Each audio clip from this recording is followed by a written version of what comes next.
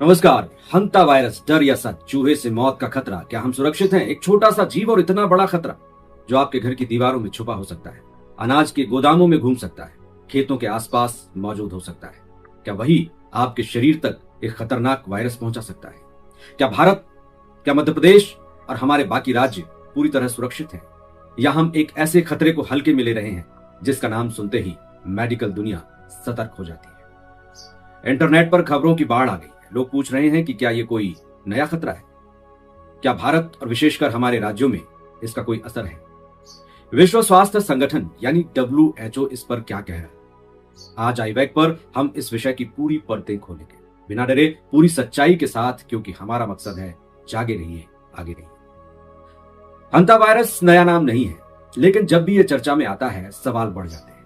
अप्रैल और मई 2026 में समुद्र के बीचों बीच तैरते एक आलीशान क्रूज शिप MV होडियस से एक ऐसी खबर आती है जिसने सबको अलर्ट कर दिया। इस जहाज पर सवार कुछ लोग अचानक एक रहस्यमयी बीमारी का शिकार हुए। गंभीर सांस की तकलीफ, तेज बुखार और देखते ही देखते 3 लोगों की मौत हो गई। जांच शुरू हुई तो सामने आया हंता वायरस।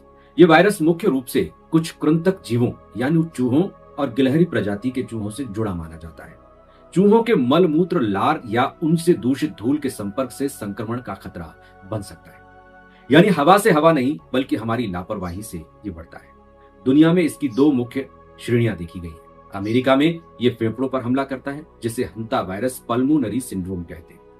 यूरोप और एशिया में ये किडनी पर असर डालता है, जिसे haemorrhagic fever with renal syndrome कहा जाता है। अब बात करते हैं कि आज यानी मई 2026 में अचानक ये चर्चा में क्यों आया।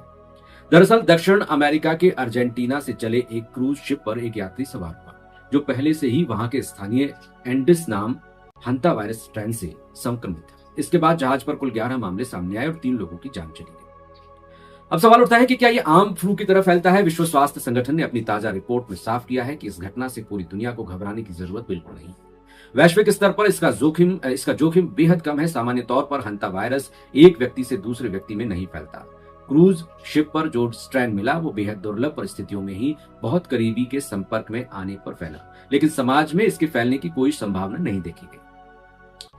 हमारे देश भारत में और हमारे राज्यों में इसकी क्या स्थिति है? ICMR और राष्ट्रीय विषाणु विज्ञान संस्थान के वैज्ञानिकों और स्वास्थ्य अधिकारियों ने साफ किया है कि भारत में हंता वायरस का कोई प्रकोप नहीं। क्रूज शिप पर जो 2 भारतीय क्रू मेंबर्स मौजूद थे, उनकी पहचान कर ली गई है। वे पूरी तरह सुरक्षित हैं और उनकी निगरानी की जा रही है। भारत में आम जनता के लिए इसका कोई खतरा नहीं है। यदि हम मध्य प्रदेश, उत्तर प्रदेश, राजस्थान और बिहार जैसे राज्यों के संदर्भ में देखें तो हमारी राज्य सरकारें और स्वास्थ्य विभाग पूरी तरह सतर्क बताए जाते हैं। गांवों में पुराने स्टोर रूम, खेतों के आसपास गोदाम और बंद कमरे ऐसी जगह हैं जहां चूहों का मूवमेंट आम बात हो सकती है। इसका मतलब ये नहीं कि देश या प्रदेश में कोई दहशत है। मतलब सिर्फ इतना है कि जहां रिस्क फैक्टर हो वहां जागरूकता जरूरी है। भारत के पास 165 से अधिक प्रयोगशालाओं का एक मजबूत नेटवर्क है जो किसी भी समय इसकी तुरंत जांच कर सकता है। हेल्थ एक्सपर्ट हमेशा कहते हैं कि घबराहट नहीं, तैयारी जरूरी है। अगर कोई बंद कमरा महीनों बाद खोला जाए, अगर पुराने गोदाम की सफाई बिना सुरक्षा के हो, अगर चूहों से दूषित जगहों पर सावधानी न बरती जाए तो खतरे बढ़ सकते हैं।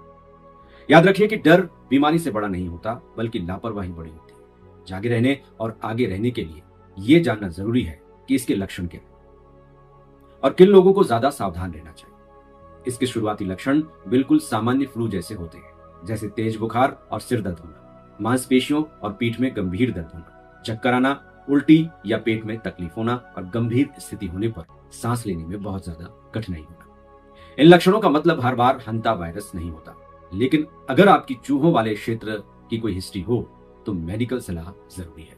खुद से डॉक्टर ना बने और सोशल मीडिया की अफवाहों पर ध्यान न देकर सीधे असली डॉक्टर से संपर्क करें।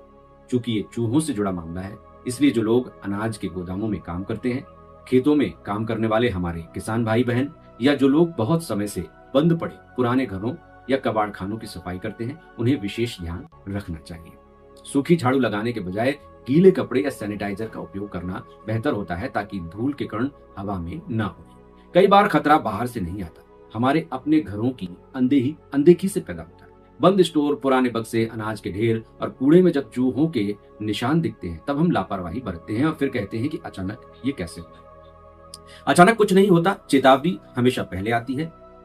इस पूरे विश्लेषण से एक बात बिल्कुल साफ है कि हंता वायरस से डरने या पैनिक करने की रत्ती भर भी जरूरत नहीं। ये कोई ऐसी बीमारी नहीं है जो हवा के जरिए एक इंसान से दूसरे इंसान में आसानी से फैल जाए।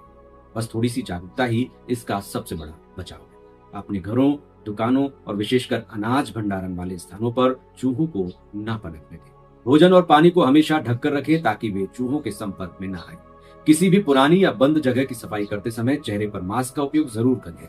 यदि किसी को चूहे से प्रभावित क्षेत्र में रहने के बाद तेज बुखार या सांस की तकलीफ हो तो तुरंत डॉक्टर से संपर्क करें।